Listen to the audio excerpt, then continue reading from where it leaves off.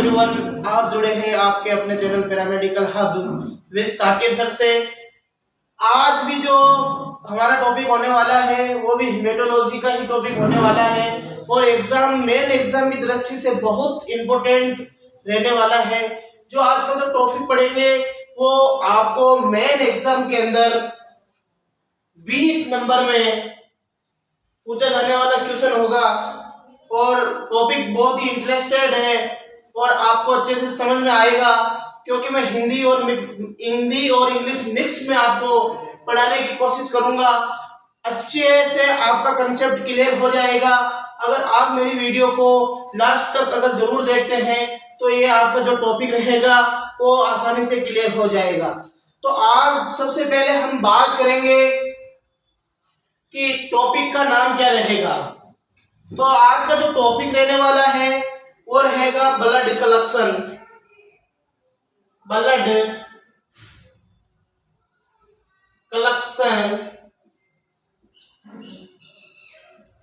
बहुत ही important topic रहने वाला है। एग्जाम की दृष्टि से तो बहुत महत्वपूर्ण टॉपिक है ब्लड कलेक्शन, यानी कि ब्लड का कलेक्शन किस तरीके से किया जाता है, इसके लिए बेस्ट साइट कौन सी है, इन चीजों की हम बातें करेंगे और किन किन मेथड से हम ब्लड कलेक्शन कर सकते हैं, इन चीजों को हम यहाँ देखेंगे। सबसे पहले हम देखेंगे ब्लड कलेक्शन होता क्या है, फिर हम देखेंगे better site of blood collection, यानी कि जो हम ब्लड कलेक्शन करते हैं तो उसके लिए सबसे अच्छी साइट कौन सी होती है। फिर हम उसके बाद देखेंगे कि ब्लड के जो टाइप हैं वो किस तरीके से हैं, यानी कि जो ब्लड कलेक्शन के जो टाइप हैं, ब्लड सैंपल के जो टाइप है वो किस तरीके से होते हैं, उन सब की चर्चा एक छोटी सी वीडियो में हम करने वाले हैं। तो इस वीडियो को समझने के लिए आप पूरा वीडियो को वॉच जरूर करें। जो टॉपिक है वो रहने वाला है ब्लड कलेक्शन, अर्थात ब्लड का कलेक्शन हमारी बॉडी में प्रेजेंट ब्लड को बाहर निकालकर कलेक्शन करने की प्रोसेस को ब्लड कलेक्शन कहते हैं। अर्थात अब मैं आपको डेफिनेशन समझाने की कोशिश कर रहा हूं, तो ब्लड कलेक्शन की डेफिनेशन को समझते हैं। तो देखिए, हमारी बॉडी में प्रेजेंट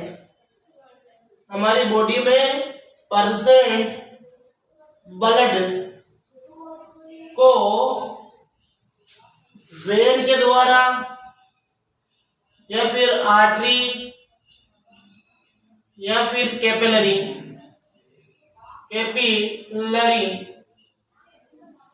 को पंक्चर करके ब्लड को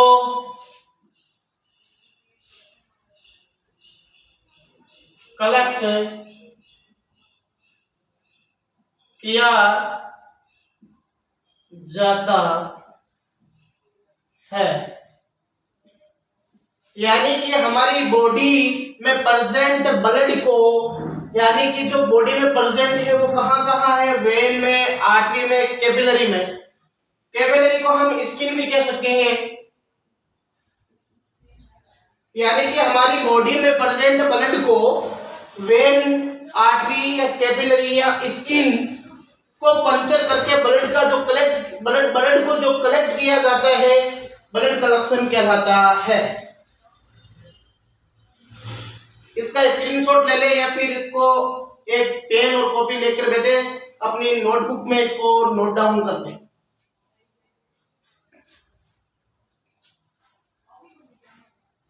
अब बात करते हैं आगे।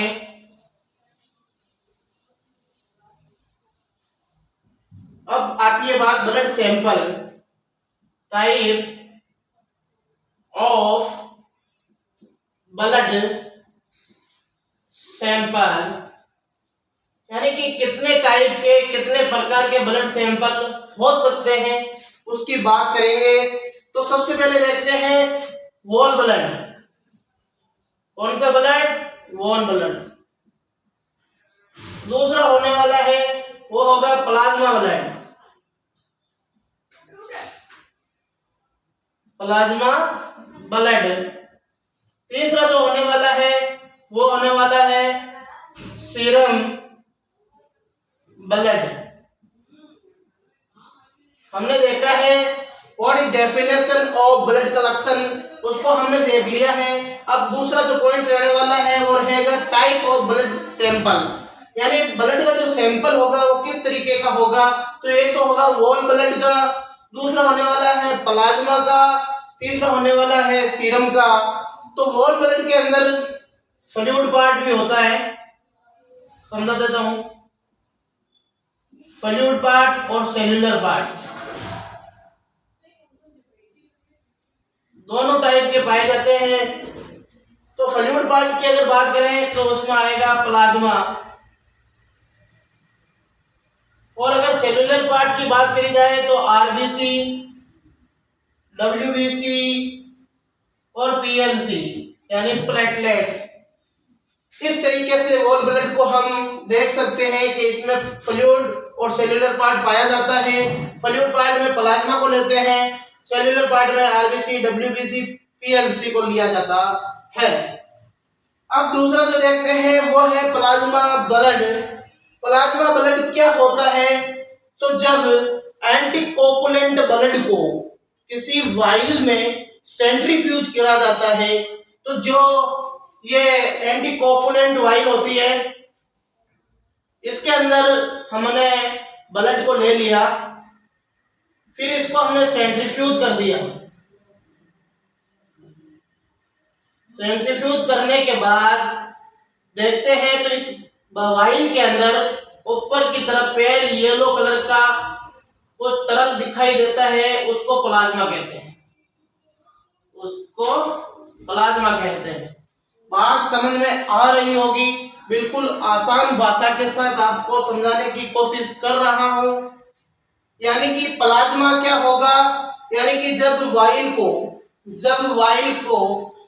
एंटीकोपुलेंट वाइल को सेंट्रीफ्यूज करा जाता है तो कुछ देर के बाद वाइल के ऊपर की सतह पर पेल येलो कलर का एक लिक्विड पार्ट नजर आता है, उसको हम प्लाज्मा कहते हैं।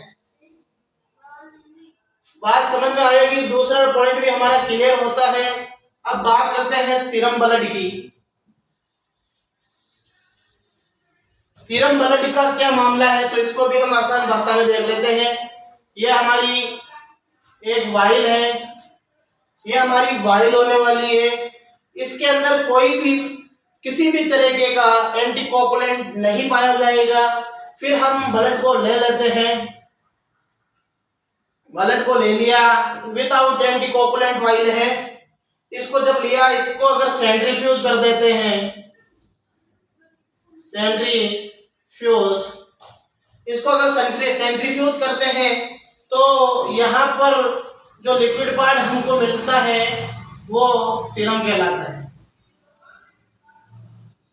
उम्मीद करता हूँ ये बातें आपको समझ में आई होगी कि अगर एंटीकोपुलेंट ब्लड को सेंट्रीफ्यूज किया जाता है तो जो पेल येलो कलर का जो लिक्विड पार्ट आरबीसी से ऊपर की तरफ जमा हुआ दिखाई देता है उसको प्लाज्मा कहते हैं। और जब विदाउट एंटीकोपुलेंट ब्लड को या विदाउट एंटीकोपुलेंट वाइल को जब सेंट्रीफ्यूज किया जाता है तो फिर ऊपर का जो पार्ट मिलता है वो सीरम कहलाता है। उम्मीद करता हूँ बातें आपकी क्लियर हो रही होगी। आप जल्दी से इसका स्क्रीनशॉट लें।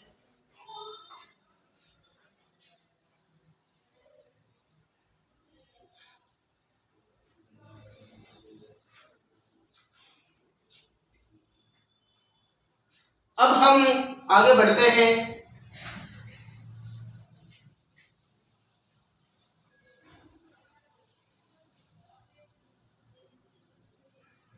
यानी कि ब्लड कलेक्शन के जो टाइप है या फिर जो better site of blood collection है वो कौन कौन सी है उसको देखते हैं। तो हमारे लिए सबसे बेटर जो साइट है उनकी हम यहाँ चर्चा करते हैं। तो हेडिंग रहने वाली है the better site of blood collection.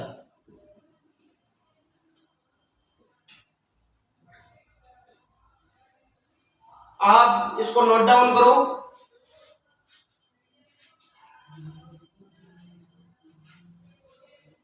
The better site of blood collection, यानी कि जो हमारे लिए सबसे अच्छी साइट है ब्लड कलेक्शन करने की, अर्थात ब्लड कलेक्शन को करने के लिए जो सबसे अच्छी साइट है उनकी हम बात करने की कोशिश कर रहे हैं। तो सबसे पहले हम देखेंगे वेनस ब्लड कलेक्शन। कौन सा? वेनस ब्लड कलेक्शन, यानी कि ऐसा ब्लड कलेक्शन जो वेन के द्वारा किया जाता है। दूसरा जो देखेंगे वो देखेंगे आर्टीरियल ब्लड कलेक्शन।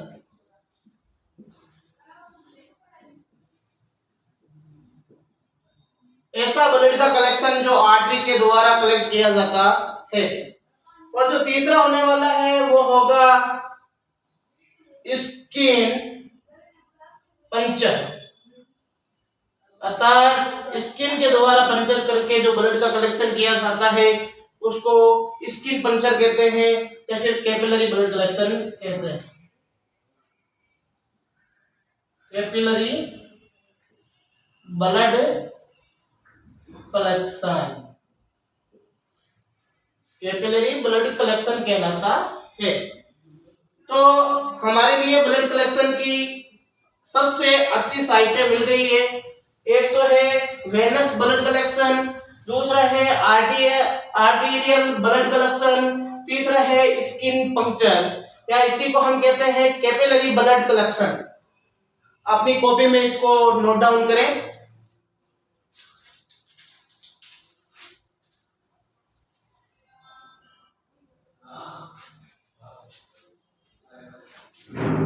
आपने अपनी कॉपी में इसको नोट डाउन कर लिया होगा। अब हम एक एक को अच्छे से समझने की कोशिश करते हैं।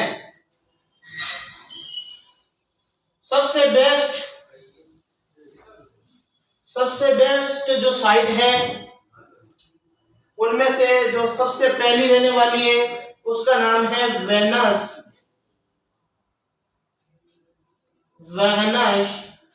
Blood collection.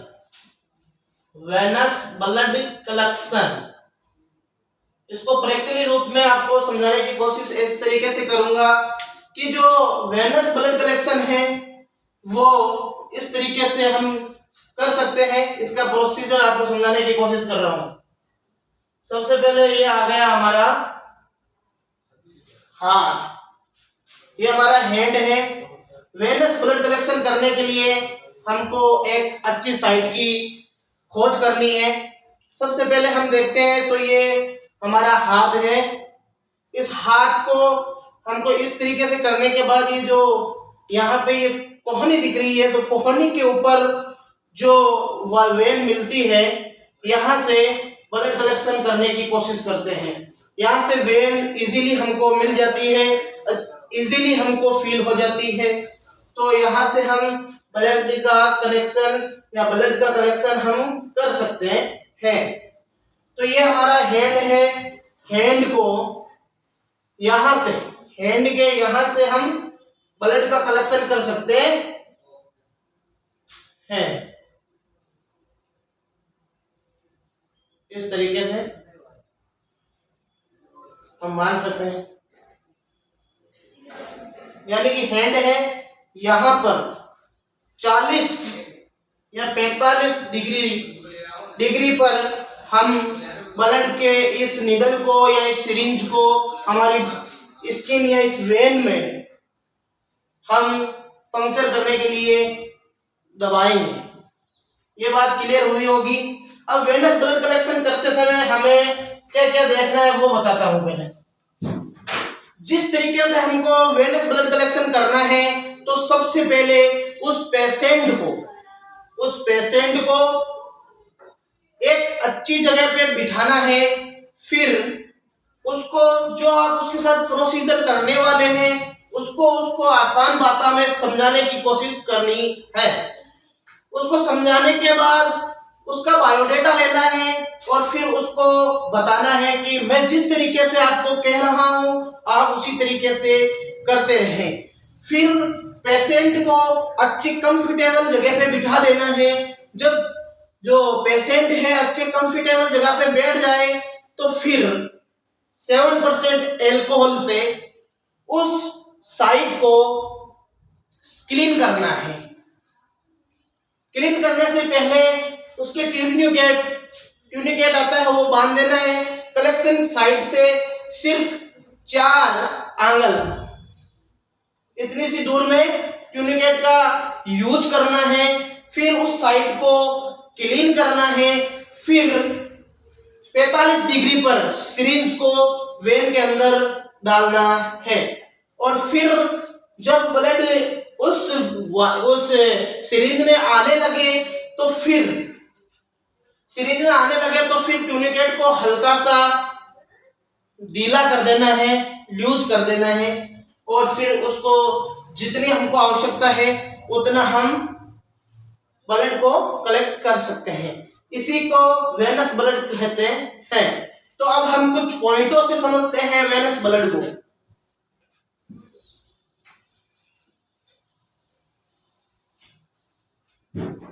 वेनस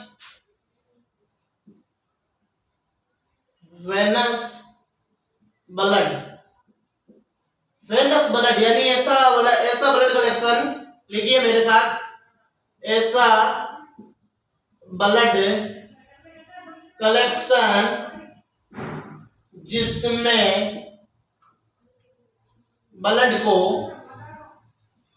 ब्लड को वेन के द्वारा कलेक्ट किया जाता है।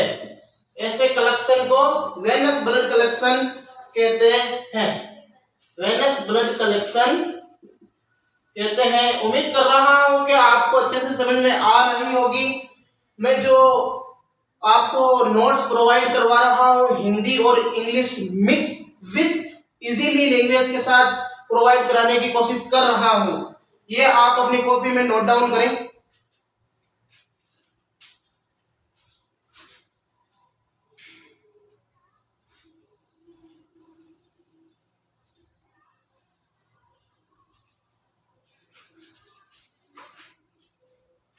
हाँ, तो ऐसा ब्लड कलेक्शन जिसको हम वेन के द्वारा कलेक्ट करते हैं तो उनको वेनस ब्लड कलेक्शन कहते हैं। और जो प्रोसीजर मैंने अभी आपको समझाया है उसी तरीके से करना है। बिल्कुल भी घबराने की जरूरत नहीं है। बिल्कुल अच्छे से आप परफॉर्म कर सकते हैं। अगर मेरी वीडियो को देखने के बाद ब्लड कलेक्शन करने में आपको कहीं प्रॉब्लम आ जाए तो मैं आपको गारंटी देता हूं।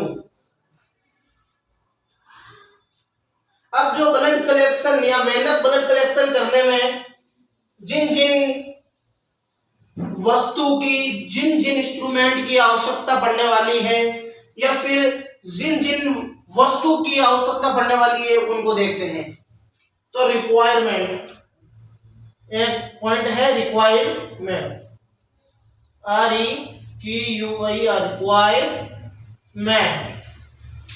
रिक्वायरमेंट की अगर बात करें तो इसके अंदर किन किन चीजों की रिक्वायरमेंट पड़ेगी तो सबसे पहले पड़ने वाली है साहब सिरिंज।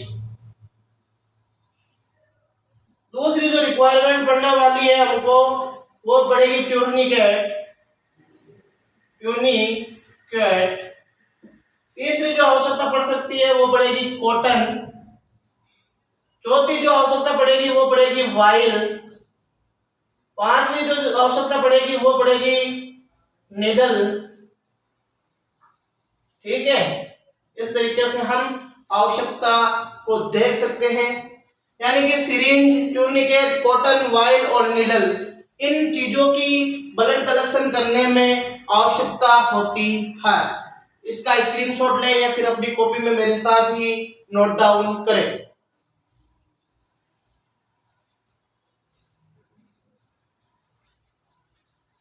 अच्छा, अब आगे की बात करते हैं। आपको प्रोसीजर समझाने की कोशिश करूंगा कि सबसे पहले क्या होगा। ये हमारा इस तरीके का, अच्छे से तो मन नहीं पा रहा है, लेकिन अच्छे से तो ड्रॉ नहीं हो रहा है, लेकिन आप इसको हैंड ही समझे। इस पर क्या होगा, इस तरीके से हमारा हाथ है। तो सबसे पहले हमको क्या करना है, पेशेंट आया, पेशेंट को सब बातें समझा देनी है कि हम आपके साथ ये करेंगे, इस तरीके से हम आपके साथ जो प्रोसीजर करने वाले हैं वो उसको पेशेंट को समझा देना है। फिर ट्यूनिकेट को यहाँ अप्लाई कर देना है। फिर इस साइड 32 डिग्री टू 45 डिग्री पर सिरिंज को, समझ रहे हैं आप, इस तरीके से सिरिंज को इन करना है और ब्लड कलेक्शन होने लगेगा। और उससे पहले इस साइड को अच्छे से साफ करना है 70% एल्कोहल से, 70% एल्कोहल से इसको अच्छे से साफ करना है। और साफ किस तरीके से की जाएगी, तो इनर टू आउटर की तरफ, मतलब साफ करने का मुख्य उद्देश्य होता है कि जो यहाँ पर परसेंट बैक्टीरिया वगैरह है उनको किल कर दिया जाए। अगर आप आउटर टू इनर की तरफ जाने की कोशिश करेंगे तो बैक्टीरिया यहीं के यहीं रह जाएंगे, और अगर आप इनर टू आउटर जाएंगे तो बैक्टीरिया यहाँ से किल हो सकते हैं, हट सकते हैं, रिमूव हो सकते हैं। इस तरीके से आप वेनस ब्लड कलेक्शन कर सकते हैं। दूसरा जो पड़ा था आर्टेरियल ब्लड कलेक्शन, उसको समझने की कोशिश करते हैं।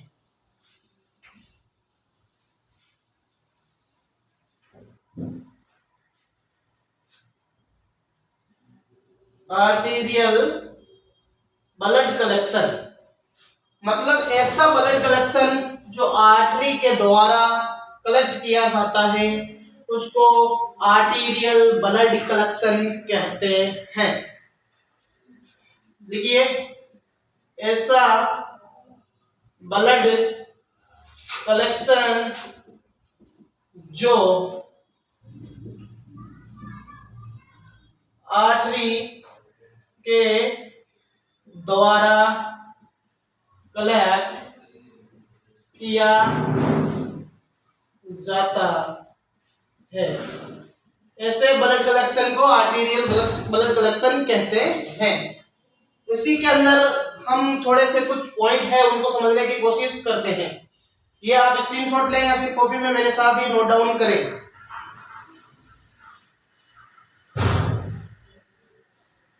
यानी कि आर्टेरियल ब्लड कलेक्शन ये बहुत ही रेयर कंडीशन में होता है।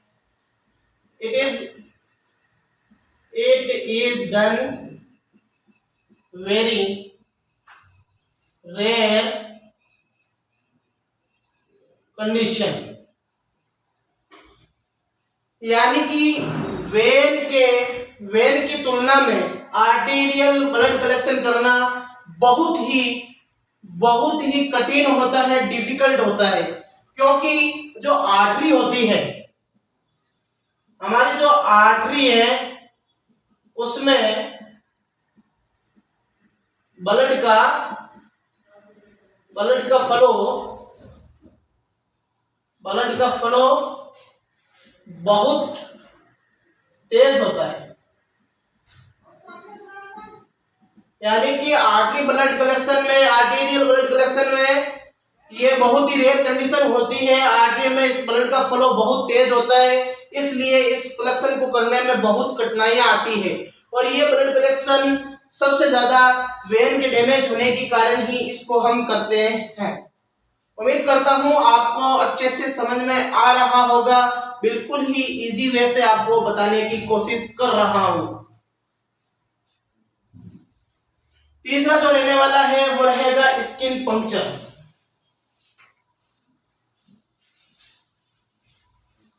तीसरा जो सबसे बेटर साइट है ब्लड कलेक्शन की वो है स्किन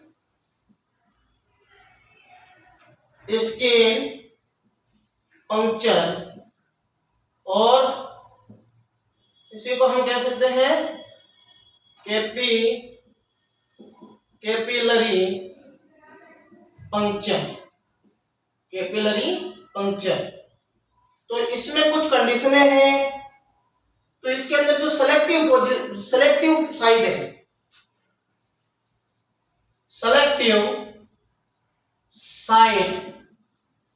सेलेक्टिव साइट इसके अंदर अडल्ट व चिल्ड्रन की देखें तो फिंगर और ईयर लोब या ईयर पिना, यानी कि कैपिलरी पंक्चर है, स्किन पंक्चर है। इसकी जो सेलेक्टिव साइट को हम देखते हैं तो अडल्ट के अंदर अगर बात करें या चिल्ड्रन में अगर बात करें तो रिंग फिंगर है उसका यूज करते हैं, या फिर एयर लोब, जो हमारा एयर पिना है, एयर लोब है, इससे हम ब्लड का कलेक्शन करते हैं। और अगर बात की जाए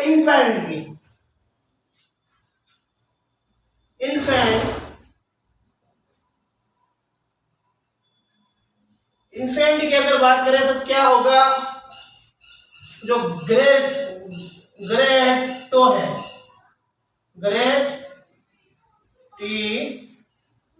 टो, यानी जो बड़ा अंगूठा है, पैर का हो सकता है या फिर हाथ का हो सकता है, उससे, या फिर हील यानी एडी से ब्लड का कलेक्शन किया जाता है। कैपिलरी या स्किन पंक्चर के अंदर सेलेक्टिव साइट है अडल्ट और चिल्ड्रन में फिंगर और ईयर लोब। और इन्फेंट की अगर बात करें तो ग्रेट टो, यानी कि बड़ा अंगूठा, बड़ा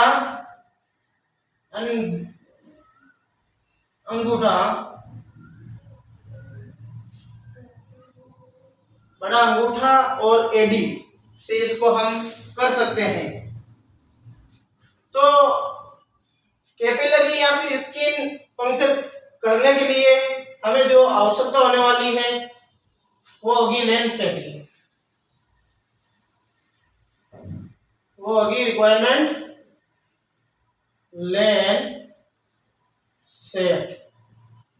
लेंस सेट के द्वारा कैपिलरी पंक्चर या स्किन पंक्चर करी जा सकती है। लेंस सेट इस तरीके का कुछ उपकरण है, इसको जैसे ही हम अपनी कैपिलरी पे रखते हैं और जैसे ही इसको थोड़ा सा प्रेस करते हैं तो अपने आप जो निडल है, छोटी सी निडल आती है, वो निकलती है और स्किन में इजीली पंक्चर कर देती है। इससे ज्यादा गहरा घाव नहीं पड़ता है, छोटी सी निडल आती है इसकी, इसलिए हम लेंस सेट का प्रयोग करते हैं। उम्मीद करता हूं कि जो मैंने पढ़ाया है अच्छे से आपको समझ में आया होगा, और ये मेन एग्जाम की दृष्टि से मेरे दोस्तों बहुत इंपॉर्टेंट टॉपिक रहने वाला है। ये हर बार एग्जाम में 20 नंबर में पूछा जा रहा है और इसमें कोई शक ही नहीं है कि ये एग्जाम की दृष्टि से महत्वपूर्ण नहीं है।